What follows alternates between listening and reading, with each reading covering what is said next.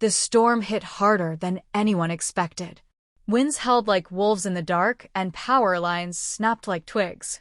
In a quiet suburb outside Chicago, the lights went out, but inside a modest house on Maple Street, a different kind of light flickered to life. 8-year-old Noah huddled beneath a thick quilt, wide-eyed, watching shadows dance on the walls. His father, Daniel, knelt beside him with a flashlight, casting makeshift puppets to distract his son from the chaos outside. "Dad," Noah whispered, "who's the most powerful person in the world?" Daniel paused. It was a simple question, but loaded. "Why do you ask, buddy?" "Because you always fix things."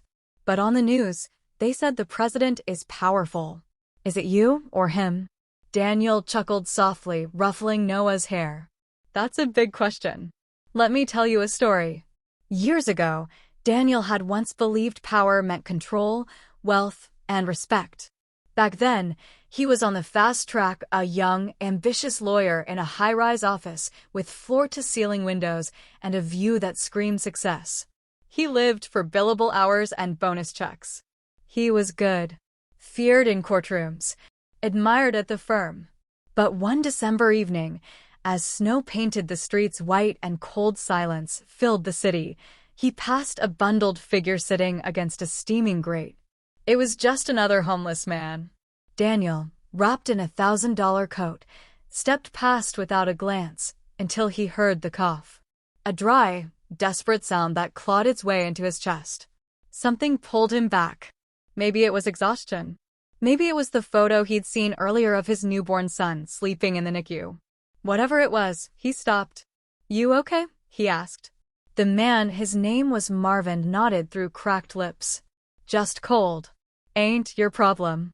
Daniel bought him coffee, sat down, and for the first time in years, he listened.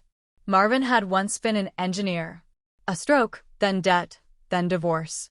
He fell through life's cracks like rain through a broken roof. They talked until the snow stopped. That night, Daniel didn't sleep. He thought of Marvin. He thought of the system. He thought of how a man could be brilliant, kind, and still invisible. And then, Daniel did something unexpected.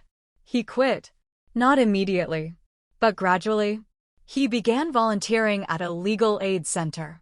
He helped families avoid eviction, defended single moms fighting for custody, and guided immigrants through impossible paperwork.